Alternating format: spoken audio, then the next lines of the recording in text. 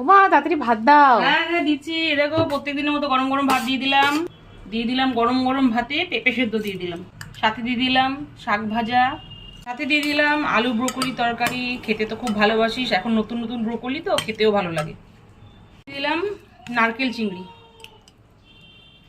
আর দুটো দেবো, চিংড়ি মাছ তো খুব ভালোবাসিস খেতে।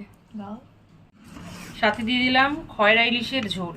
আজকে খয়রা ইলিশের ঝোলটা শিম দিয়ে করেছি। এই মাছটা একটু কাটা বেশি, কিন্তু খেতে না ইলিশ মাছের মতোই লাগে, আর রান্নাটাও ইলিশ মাছের মতো করেই করেছি। দিয়ে দিলাম লাউয়ের ডাল। শীতকাল আসলেই না লাউয়ের ডাল আমার বাড়িতে খুব হয়, আর খেতেও খুব ভাল লাগে লাউ ডাল। সাথে দিয়ে দিলাম ব্রোকলির একটা তরকারি, নারকেল চিংড়ি, সব শেষে দিয়ে দিলাম খয়রা মাছের একটা ঝোল করেছি। আজকে খয়রা মাছটা না শিম দিয়েই করেছি। নাও আজকে সোমবারের পুরো থালি রেডি, চটপট খেতে বসে পড়ো। চিংড়ি মাছের মালাইকারি, ব্রোকলি, খয়রা মাছ সব আছে থালিতে। আর প্রথমে কিন্তু শাক ভাজা দিয়ে স্টার্ট করবে। নাও।